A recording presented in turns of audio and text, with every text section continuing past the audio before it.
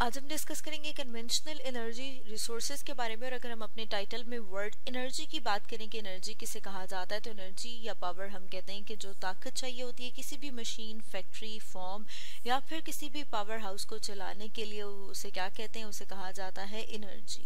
तो आज हम डिस्कस करेंगे कन्वेंशनल एनर्जी रिसोर्सेज के बारे में। तो हम देखते हैं कि वो वाले सोर्सेज, वो वाले वसाइल जो कि बहुत लंबे अरसे से इस्तेमाल हो रहे हैं, एंशियंट टाइम से यूज़ हो रहे हैं, बहुत लॉन्ग टाइम से इस्तेमाल हो रहे हैं, जैसे कि कोल, जिसे कि कोयला कहा जाता है, पेट्रोलियम, इसके अलावा नेचुरल गैस जिसे कि सुई गैस कहा जाता है। इसी तरह से वाटर पावर को जब यूज़ किया जाता है एनर्जी प्रोड्यूस करने के लिए, तो ये वो वाले सोर्सेज हैं जिन्हें बहुत लंबे अरसे से इस्तेमाल किया जा रहा है। और इस तरह के जो सोर्सेज उन्हें कहा जाता है कन्वेंशनल एनर्जी रिसोर्सेज।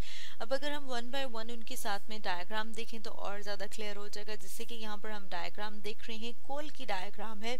इसी तरह से अगर हम देखें तो हम देखते हैं कि हम अपने घरों में जो नेचुरल गैस है उसको इस्तेमाल करते हैं, जैसे कि यहाँ पर हम देख रहे हैं नेचुरल गैस। और साथ में हम इस डायग्राम में देख रहे हैं कि हम वाटर पावर को यूज़ करते हुए, जैसा हम डैम की डायग्राम देख रहे हैं कि इसको यूज़ करते हुए फिर फर्दर इसे क्या किया जाता है, इससे एनर्जी प्रोड्यूस की जाती है, जिसको फर्दर हम कन्वर्ट करते हैं, मतलब जिससे इलेक्ट्रिसिटी प्रोड्यूस होती है।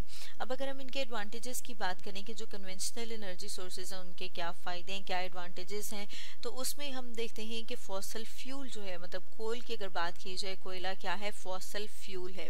तो हम देखते हैं कि ये इनएक्सपेंसिव है, मतलब ये कि ये सस्ता पड़ता है। इसके अलावा हम देखते हैं कि कुछ ऐसी टेक्नोलॉजीज़ हैं जिनको यूज़ करते हुए हम फॉसल फ्यूल से एनर्जी प्रोड्यूस करते हैं, और उन टेक्निक्स को यूज़ करते हुए जो हम एनर्जी प्रोड्यूस करते हैं वो हमें राउंड द क्लॉक मिलती है, मतलब ये कि दिन रात के किसी भी हिस्से में हमें एनर्जी मिलती है। और अगर हम इसके डिसएडवांटेजेस की बात करें कि इनके डिसएडवांटेजेस क्या हैं, तो हम देखते हैं कि जो फॉसल फ्यूल है वो, या फिर हम कह रहे हैं कि जितने ये जो कन्वेंशनल एनर्जी सोर्सेज हैं इनकी लिमिटेड सप्लाई है। इसी तरह से हम देखते हैं कि अगर हम न्यूक्लियर एलिमेंट्स की बात करें, क्योंकि न्यूक्लियर एलिमेंट्स को भी यूज़ किया जाता है कन्वेंशनल एनर्जी सोर्स के तौर पे, वो भी हम अभी डिस्कस करेंगे। इसी तरह से जब हम फॉसल फ्यूल की बात करते हैं कि अगर हम इनको यूज़ करते जाएँ तो इनका जो नंबर है वो डिक्रीज़ करता जाएगा। इस तरह से हम देखते हैं कि जितनी जल्दी हम इनको यूज़ करते हैं, मतलब जितनी जल्दी ये कंज्यूम होते हैं उतनी जल्दी ये प्रोड्यूस नहीं हो पाते। तो ये हम देखते हैं कि ये इसका डिसएडवांटेज है। इसके साथ साथ अगर हम एक और डिसएडवांटेज की बात करें तो जैसे कि यहाँ पर हम देख रहे हैं कि जब फॉसल फ्यूल को बर्न किया जाता है तो फिर उसके बर्न करने से बहुत सारी ऐसी गैसेस प्रोड्यूस होती हैं जिनका फर्दर रोल है ग्रीन हाउस में। मतलब ये कि फर्दर हम देखते हैं कि ग्रीन हाउस की वजह से जो हमारी अर्थ है, हमारी ज़मीन जो है, उसका टेम्परेचर, उसका दर्जा हरारत इंक्रीज़ हो जाता है। इसके अलावा हम देखते हैं कि ये जो गैसेज हैं ये फर्दर कॉन्ट्रीब्यूट करती हैं एसिड रेन में भी। इसके साथ साथ हम देखते हैं कि ये सारी एग्जॉस्टेबल हैं, सवाई जो है वाटर के। एग्जॉस्टेबल की बात की जाए कि एग्जॉस्टेबल किसे कहा जाता है, एग्जॉस्टेबल कहा जाता है कि जो ख़त्म हो सकती हैं, जैसे कि कोयला जो है वो ख़त्म हो सकता है। इसी तरह से हम देखते हैं कि पेट्रोलियम जो है वो ख़त्म हो सकता है, तो इसलिए इन्हें कहा जाता है कि ये एग्जॉस्टेबल है। इसी तरह से हम देखते हैं कि इस जो कन्वेंशनल एनर्जी सोर्सेज हैं उसमें हम देख रहे हैं कि बहुत सारे सोर्सेज, जिस तरह से कोल है, पेट्रोलियम है, ये हम देखते हैं कि ये क्या करते हैं, ये पोल्यूशन कॉज करते हैं, क्योंकि जब हम इनको बर्न करते हैं तो फिर ये इसकी वजह से क्या होता है, स्मोक और ऐश, मतलब ये कि धुआं, और फिर बाकी हम देखते हैं कि इसकी वजह से जो राख बच जाती है वो भी पोल्यूट करती है। अब अगर हम फॉसल फ्यूल को थोड़ा सा डिटेल में डिस्कस करें तो जो फॉसल फ्यूल है वो हमें प्रोवाइड करते हैं 95% एनर्जी रिक्वायरमेंट को फुलफिल करते हैं।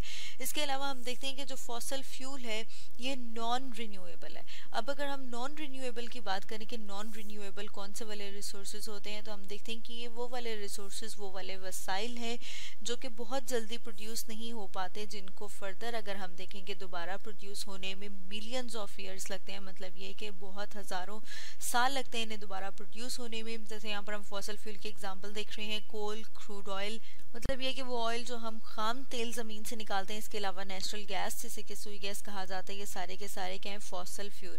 अब अगर हम फॉसल की बात करें कि फॉसल किसे कहा जाता है, तो हम देखते हैं कि जो एनिमल्स और प्लांट्स के डेड रिमेन्स हैं, या फिर हम कहते हैं कि कोई ऐसी आफत या तूफानी कुछ ऐसा आया कि ये जो प्लांट्स और एनिमल्स हैं ये ज़मीन के अंदर दब गए, और इनके ऊपर और मिट्टी की जो लेयर्स हैं वो आती गई, उनके ऊपर और जो फर्दर लेयर्स हैं वो आती गई, और फिर क्या हुआ कि ये बरेड हो गए, दफन हो गए ज़मीन में। और फिर हम देखते हैं कि इनके जो डिकेइंग का प्रोसेस है वो होता है विद एब्सेंस ऑफ ऑक्सीजन मतलब ये कि ऑक्सीजन की गैर मौजूदगी में जो प्रोसेस होता है डिकेइंग का, उसके रिजल्ट में जो कि ओरिजिनली क्या थे, हम देख रहे थे प्लांट्स के एनिमल्स, अब वो किस में कन्वर्ट हो जाते हैं, फॉसिल में। और हम देखते हैं कि जब प्लांट्स जो हैं जब इस तरह से वो बरेड होते हैं, फिर फर्दर हम देखते हैं कि प्रेशर के अंडर और उसके ऊपर हम देख रहे हैं बहुत सारी लेयर्स आ गई हैं। ऑक्सीजन के एब्सेंस में, ऑक्सीजन की गैर मौजूदगी में वो कन्वर्ट हो जाता है कोल में। अब अगर इसी तरह से हम न्यूक्लियर एनर्जी की बात करें, न्यूक्लियर एनर्जी भी कन्वेंशनल एनर्जी सोर्स है। इसमें हम एनर्जी जो लेते हैं वो लेते हैं रेडियो एक्टिव एलिमेंट के फिशन रिएक्शन से।